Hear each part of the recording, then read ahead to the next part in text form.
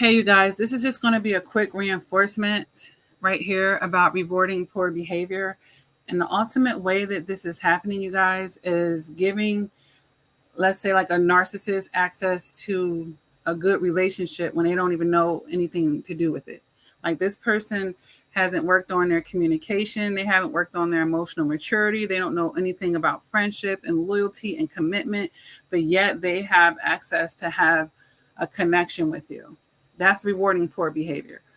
Like they should be sent back to like people. They need to be with other people who has communication problems. They need to be with other Judases and backstabbers and people who act like them. They have no business being in a company of someone to even have access to have a good relationship that they're just going to ruin or take for granted or devalue.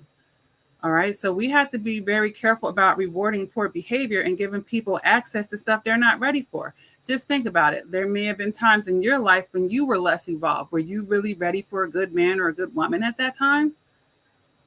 And if you had gotten it, you probably would have self-sabotaged it or something of the like, right? It's the same thing, you guys. It's the same thing. We can't give people more than what they're ready for. And then it's just going to hurt us at the same token. All right. So ignoring the poor behavior, passing the blame or the buck, or downplaying it or making excuses, even just letting them off the hook for it by staying with them, by not having consequences, and actually allowing them to come with you through your promotion. So we have one person doing the work and one person that's not doing the work and even reverting.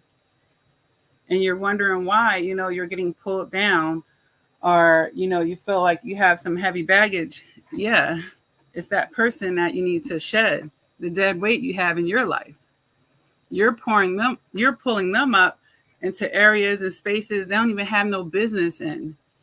And the crazy thing about it is they don't even value it, guys. And it's basically casting your pearls before swine. They will devalue it. They will take it for granted. They will treat it just like their friends that are on their level. They don't even appreciate what they're getting.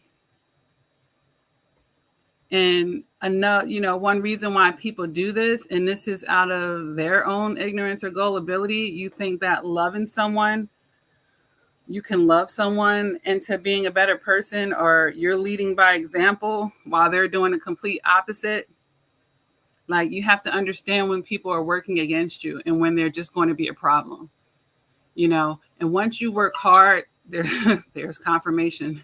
Once you work hard, you guys, to get yourself out of the wilderness, and some of you have already been through enough toxic relationships, you should be guarding your peace of mind and not wanting to put yourself in any situation where you could revert or feel like you're taking steps backwards by settling and compromising and, being with unsavory people.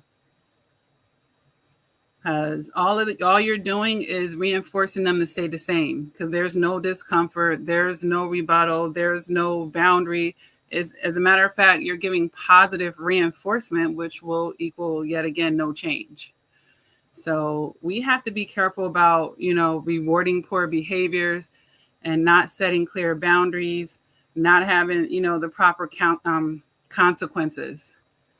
Because, these people, they had no business with you and you have no business with them at a certain point.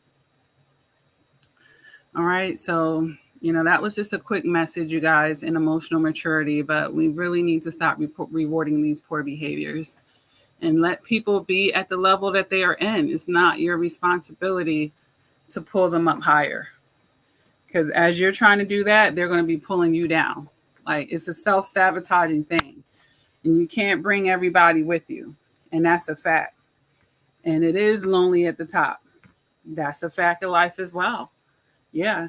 These people don't say this stuff for nothing. So the more you reward these poor behaviors, the more you're inviting it to fester and grow in your life and whatever you got going on. And it's very self-sabotaging.